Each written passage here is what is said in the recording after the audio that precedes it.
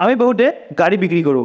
আমাৰ গাড়ী যিটো আমি লগতে থাকে 3 বছৰ 4 বছৰ হ'ল, ভাল নালাগে, নতুন গাড়ী এখন পচন্দ হৈছে, পুৰণা গাড়ীখন আমি বিক্ৰী কৰি দিওঁ। কোনোবা এজন বন্ধু পালোঁ বা এটা ভাল দাম পালোঁ, লগে লগে তাক দি দিলোঁ পইচাটো লৈ যে গাড়ীখন লৈ লওঁ। কিন্তু আমি গাড়ী সেনেকৈ বিক্ৰী কৰিব নোৱাৰোঁ। আমি প্ৰথমতে গাড়ী বিক্ৰী কৰাৰ সময়ত এটা এগ্ৰিমেণ্ট বনাব লাগিব, যাক আমি বিক্ৰী কৰিম। তাৰ লগত ভালকৈ প্ৰপাৰলি এটা এগ্ৰিমেণ্ট এক্সিকিউট কৰিব লাগিব যে তেওঁক আমি গাড়ীটো আজিৰ পৰা বিক্ৰী কৰিলোঁ, আজিৰ পৰা চব লাইবিলিটি গাড়ীখনত তেওঁৰ। তাৰপিছত আমি এনচিয়ৰ কৰিব লাগিব যে সেই মানুহজনে সেই গাড়ীটো তেওঁৰ নিজৰ নামত ট্ৰেন্সফাৰ কৰি লৈছে।